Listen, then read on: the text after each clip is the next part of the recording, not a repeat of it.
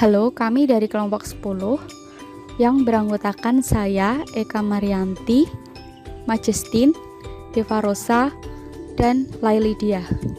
Kami akan membahas mengenai materi biaya. Yang pertama mengenai definisi biaya. Jadi penting untuk membedakan antara biaya akuntansi dan biaya ekonomi. Menurut pandangan akuntan, tentang biaya menekankan pada pengeluaran sendiri, biaya historis, depresiasi atau penyusutan, dan entry pembukuan lainnya. Sedangkan menurut pandangan ekonom lebih fokus pada biaya peluang. Yang kedua adalah biaya tenaga kerja. Bagi akuntan, pengeluaran tenaga kerja adalah biaya saat ini dan karenanya biaya produksi. Sedangkan bagi ekonom, tenaga kerja adalah biaya eksplisit, di mana layanan tenaga kerja dikontrak dengan upah per jam yang kami lambangkan dengan huruf V dan diasumsikan bahwa ini juga dapat diperoleh tenaga kerja dalam pekerjaan alternatif. Selanjutnya adalah biaya modal. Menurut akuntan, menggunakan harga historis modal dan menerapkan beberapa aturan penyusutan untuk menentukan biaya saat ini.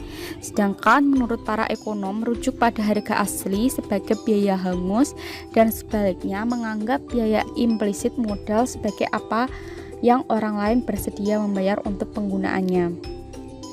Kami akan menggunakan huruf V untuk menunjukkan tarif sewa modal.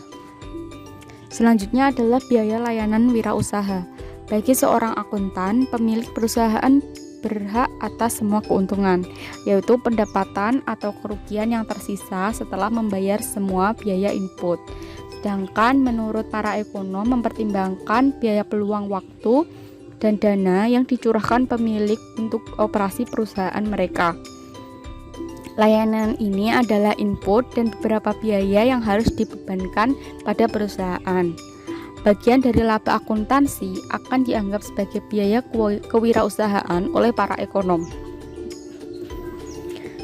Biaya ekonomi dari setiap input adalah pembayaran yang diperlukan untuk mempertahankan input tersebut dalam pekerjaannya saat ini. Remunerasi yang akan diterima input dalam pekerjaan alternatif terbaiknya. Selanjutnya adalah mengenai dua asumsi penyederhanaan. Yang pertama, hanya ada dua input, yaitu tenaga kerja homogen yang kami lambangkan dengan huruf L diukur dalam jam kerja, dan yang kedua adalah modal homogen atau kami lambangkan dengan huruf K diukur dalam jam mesin. Biaya kewirausahaan termasuk dalam biaya modal. Yang kedua adalah input dipekerjakan di pasar persaingan sempurna.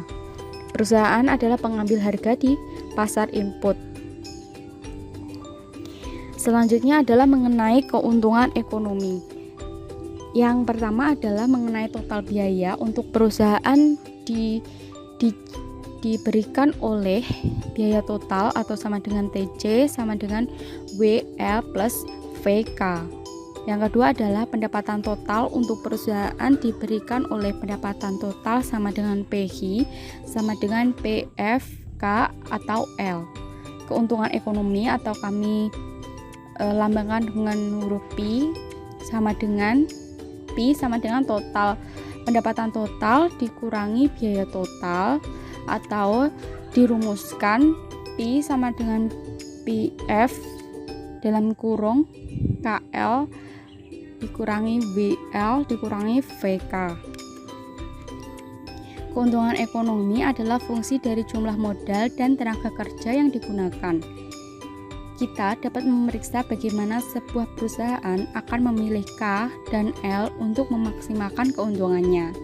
Teori permintaan yang diturunkan dari tenaga kerja dan input modal dapat dilihat atau dapat dipelajari pada bab 21. Tetapi untuk saat ini kami akan mengasumsikan bahwa perusahaan telah memilih tingkat outputnya yaitu Q0 dan ingin meminimalkan biayanya.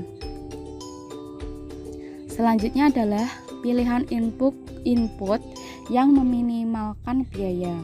Untuk meminimalkan biaya produksi pada tingkat output tertentu, perusahaan harus memilih titik pada isokuan di mana RTS sama dengan rasio, yaitu V per V. itu harus menyamakan tingkat di mana K bisa diperdagangkan untuk L dalam proses produktif hingga tingkat di mana mereka dapat diperdagangkan di pasar. Pilihan input yang meminimalkan biaya. Secara matematis, kami berusaha meminimalkan total biaya yang diberikan, yaitu dengan rumus Q sama dengan F dalam kurung KL sama dengan Q0. Yang pertama adalah dengan menyiapkan Lagrangian dengan rumus L besar sama dengan WL plus VK plus lambda buka kurung Q0 min F K atau L tutup kurung. Dengan ketentuan urutan pertama adalah delta L per delta L sama dengan W min lambda dalam kurung delta F per delta L sama dengan 0.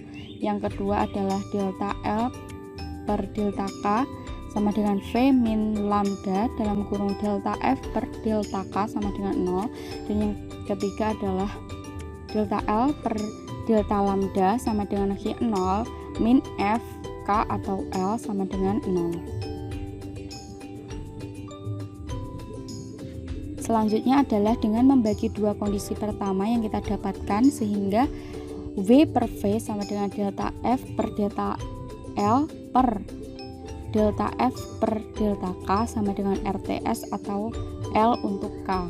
Perusahaan yang meminimalkan biaya harus menyamakan RTS untuk dua input dengan rasio harga mereka. Kemudian diberikan output Q0, kita ingin mencari titik yang paling murah pada isokuan.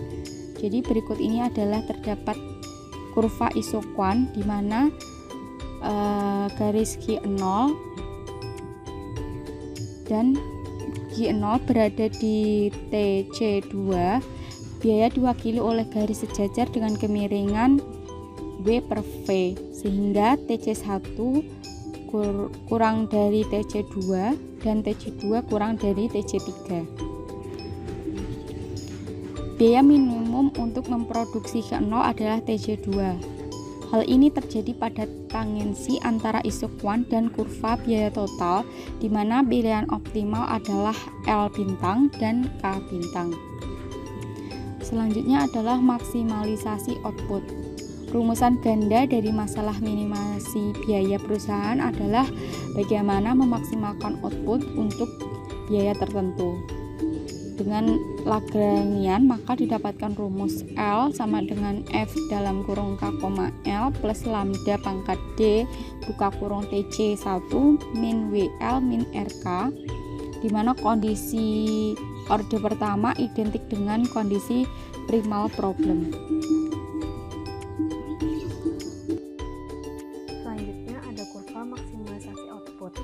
Output maksimum dapat dicapai dengan biaya total TC2 adalah Q0. Ini terjadi pada tangensi antara kurva biaya total dan isokuan Q0, di mana pilihan optimal adalah L bintang dan K bintang. Lalu selanjutnya ada permintaan turunan. Sebelumnya dalam bab 5, mempertimbangkan bagaimana pilihan yang memaksimalkan utilitas dipengaruhi oleh perubahan harga suatu barang. Di sini kami menggunakan teknik ini untuk mengembangkan kurva permintaan untuk suatu barang. Pertanyaannya adalah, bisakah kita mengembangkan permintaan perusahaan akan input dengan cara yang sama? Untuk menganalisis apa yang terjadi pada K bintang jika V berubah, kita harus tahu apa yang terjadi pada tingkat output yang dipilih oleh perusahaan. Permintaan untuk K adalah permintaan turunan. Hal ini didasarkan pada tingkat output perusahaan. Kita tidak bisa menjawab pertanyaan tentang K bintang tanpa melihat interaksi penawaran dan permintaan di pasar output. Lalu ada tentang jalur ekspansi perusahaan. Perusahaan dapat menentukan kombinasi meminimalkan biaya K dan L untuk setiap tingkat keluaran atau output.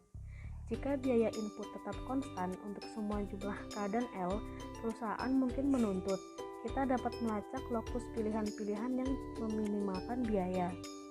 Hal ini disebut perusahaan jalur ekspansi. Nah, jalur ekspansi sendiri adalah lokus dari tangensi meminimalkan biaya. Kurva tersebut menunjukkan bagaimana input meningkat seiring dengan peningkatan output.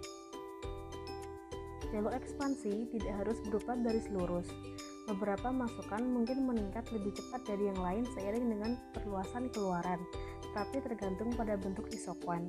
Jalur ekspansi juga tidak harus miring ke atas. Jika penggunaan suatu masukan jatuh saat keluaran meluas, maka masukan tersebut adalah sebuah masukan inferior. Lalu selanjutnya tentang meminimalkan biaya untuk fungsi Cobb-Douglas. Misalkan, fungsi produksi untuk hamburger adalah Q sama dengan 10K pangkat 0,5 dikali L pangkat 0,5. Lalu total biaya yang diberikan adalah fungsinya TC sama dengan VK ditambah WL. Misalkan perusahaan ingin meminimalkan biaya produksi 40 hamburger. Ekspresi Lagrangiannya adalah L sama dengan VK ditambah WL ditambah lambda dalam kurung 40 dikurangi 10 dikali K pangkat 0,5 dikali L pangkat 0,5.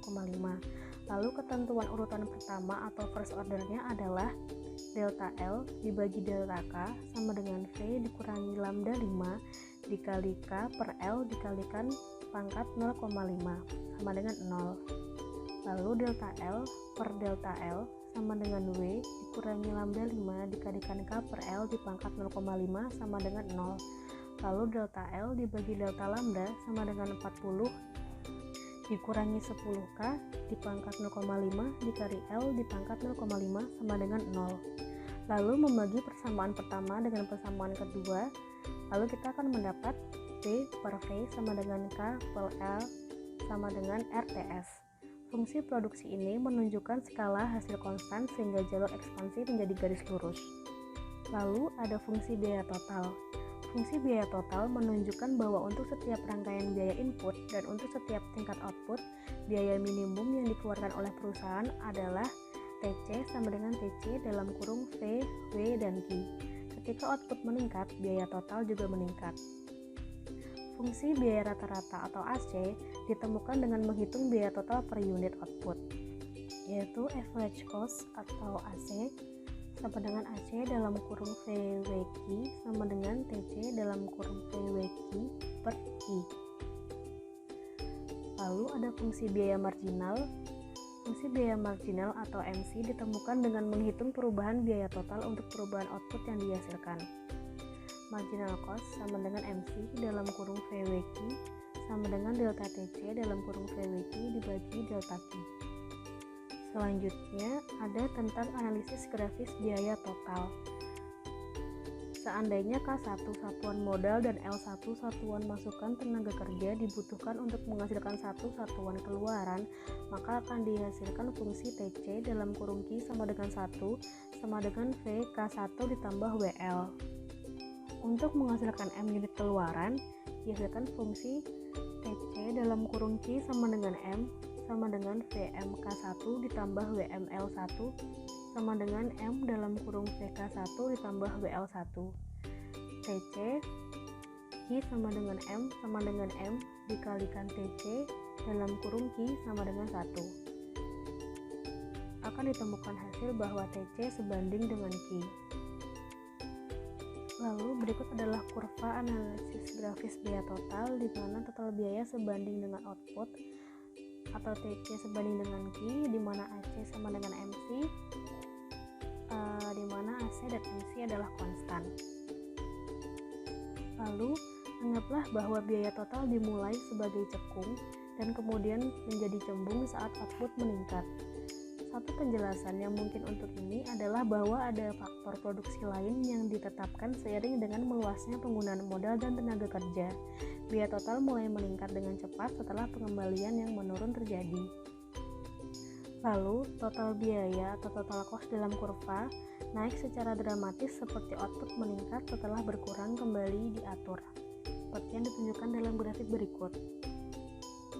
Lalu yang selanjutnya akan dilanjutkan oleh Deva. Pada analisis grafis biaya total, MC merupakan kemiringan dari kurva TC. Jika AC lebih besar daripada MC, AC pasti mengalami penurunan. Sementara itu, jika AC kurang dari MC, maka AC mengalami kenaikan. Pergeseran pada kurva ini dibuat dengan asumsi bahwa harga input dan tingkat teknologi dipertahankan konstan, sehingga setiap perubahan dalam faktor-faktor ini akan menyebabkan kurva biaya bergeser. Kemudian, pada fungsi biaya total yang homogen, jika semua harga input naik dalam proporsi yang sama, total biaya untuk memproduksi tingkat keluaran tertentu juga akan dikalikan dengan harga input. Kenaikan harga input ini secara simultan tidak mengubah rasio harga input dengan meminimalkan kombinasi biaya, yaitu kombinasi biaya K dan L yang konstan. Fungsi biaya rata-rata dan marginal juga akan homogen pada derajat 1 dalam harga input. Dalam periode inflasi, di mana harga semua input naik pada tingkat yang sama, maka tidak akan ada insentif bagi perusahaan untuk mengubah pilihan input mereka.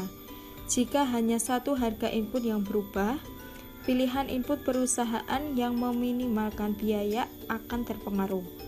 Kenaikan harga satu input tersebut akan menaikkan TC untuk semua tingkat keluaran dan tentunya juga akan meningkatkan AC dan MC.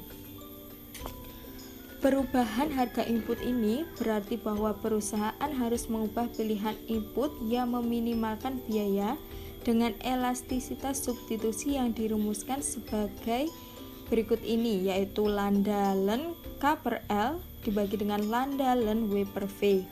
Lalu elastisitas parsial substitusi antara dua input XI dan XJ dengan harga WI dan WJ dirumuskan sebagai lambda len XI per SJ dibagi dengan lambda len WJ per WI. Dalam pergeseran kurva biaya, kenaikan biaya akan sangat dipengaruhi oleh signifikansi relatif dari input dalam proses produksi. Jika perusahaan dapat dengan mudah mengganti input lain dengan input yang telah naik harganya, kemungkinan akan meningkatkan biaya. Di samping itu, teknologi juga akan menurunkan kurva biayanya. Jika fungsi produksi adalah Q sama dengan A dikali T fungsi KL, maka TC akan mengalami penurunan pada perubahan teknis. Sementara itu, pada fungsi biaya Cobb-Douglas, fungsi produksi dimisalkan sebagai Q sama dengan 10K pangkat 0,5 dan L pangkat 0,5.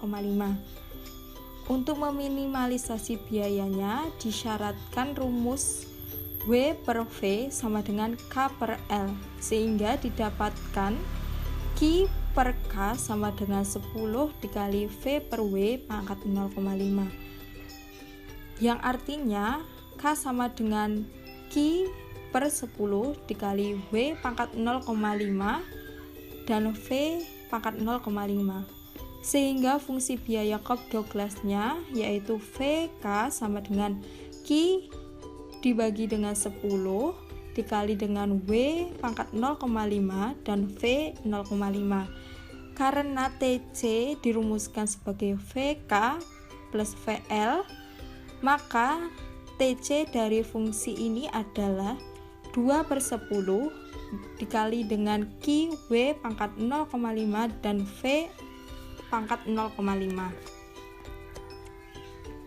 Baik, di sini saya akan melanjutkan presentasi sebelumnya, yaitu tentang fungsi biaya Cobb-Douglas. Karena fungsi produksi menunjukkan skala hasil konstan, di mana AC dan MC juga akan konstan. AC sama dengan TC per H sama dengan 0,8. MC sama dengan delta TC per delta H didapatkan 0,8. Jika V mengalami kenaikan menjadi $9, di mana TC, AC, dan MC dia juga akan mengalami kenaikan. TC sama dengan 2 per 10 kali Q kali W pangkat 0,5 kali V pangkat 0,5 sama dengan 1,2 H. AC sama dengan TC per H sama dengan 1,2 dan MC sama dengan delta TC per delta H didapatkan 1,2. Selanjutnya, jika fungsi tersebut mengalami kemajuan atau kenaikan, maka Q sama dengan A dari kali T dari fungsi K, L sama dengan E pangkat 0,05T fungsi dari K, L. Total biaya setiap saat akan didapatkan TCT sama dengan TC0 per A kali T sama dengan E pangkat minus 0,05T kali 0,2 Hi kali W pangkat 0,5 kali V pangkat 0,5. Sehingga setelah 10 tahun didapatkanlah TC10 sama dengan 0,48 Hi. Sehingga biaya turun 40% dari level sebelumnya yaitu 0,8 Hi. Kemudian di sini ada perbedaan jangka pendek dan juga jangka panjang. Dalam jangka pendek, para pelaku ekonomi hanya memiliki fleksibilitas yang terbatas dalam tindakannya. Kita asumsikan bahwa input modal dipertahankan pada K1 dan perusahaan bebas untuk memvariasikan input tenaga kerjanya sehingga diperolehlah fungsi produksi menjadi Hi sama dengan fungsi dari K1, L. Total biaya jangka pendek untuk sebuah perusahaan adalah STC sama dengan V kali K1 ditambah dengan W kali L. Sehingga di sini dapatkan ada dua jenis biaya jangka pendek, yaitu biaya tetap jangka pendek atau SFC adalah biaya yang terkait dengan input tetap, sedangkan biaya variabel jangka pendek atau yang kita kenal SVC adalah biaya yang terkait dengan input variabel. Biaya jangka pendek bukanlah biaya minimal untuk menghasilkan berbagai tingkat keluaran. Perusahaan tidak memiliki fleksibilitas pilihan input, sehingga untuk memvariasikan outputnya dalam jangka pendek, maka perusahaan tersebut harus menggunakan kombinasi input yang tidak optimal. Maka RTS tidak akan sama dengan rasio harga input.